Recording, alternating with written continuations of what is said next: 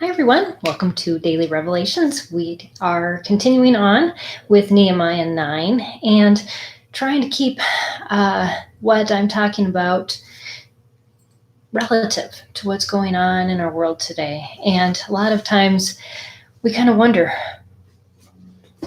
who is God? What does he do? Where is he? What is he doing in the midst of our circumstances?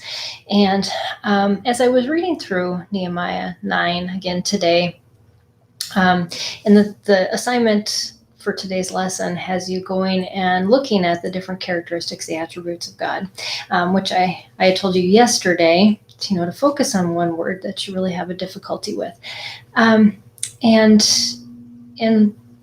ask God to help you to understand him that way. And it's good to remember God doesn't change.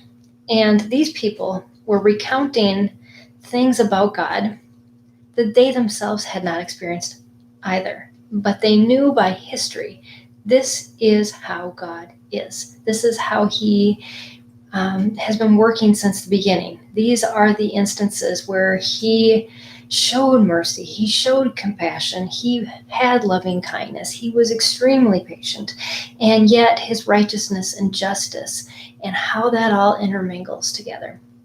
And it gives us a greater picture as we can step back and see the God of history and how he has worked through so many difficult situations.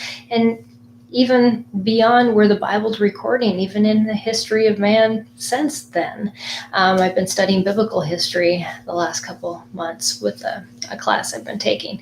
And it is really interesting just how God takes our imperfect, fallen nature and weaves his perfect nature into how he interacts with us. And he's a God who doesn't change, and that we can trust in. The problem is we have fear. And I love that song. It says, fear is a liar. It truly is. When we start to fear, all of the things that are not of God start to well up in us. Just think from the time of Adam and Eve. When the serpent was tricking them, what did he want them to believe? That God was hiding something from them and that they should be fearful, that he wasn't who he was saying he was. And yet they let that fear take over and that lie to get embedded and to act in opposition to God, the God that they had originally known they could trust. And so if those types of things are weighing on you today, just remember, God doesn't change. And dive into these characteristics. Understand who he is. We only have a very small glimpse of who God is by our experiences.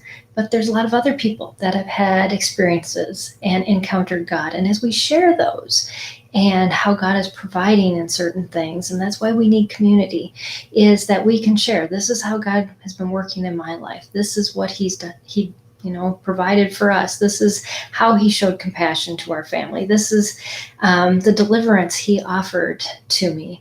So those are the ways that we learn who God is, because he gets involved in the everyday things of our lives and shows himself through that. So I hope that's an encouragement for you today. And I'm still working on that study for next quarter, but life's been a bit crazy, as you all know. So anyways, have an awesome day, and I'll see you again tomorrow, everybody. Bye.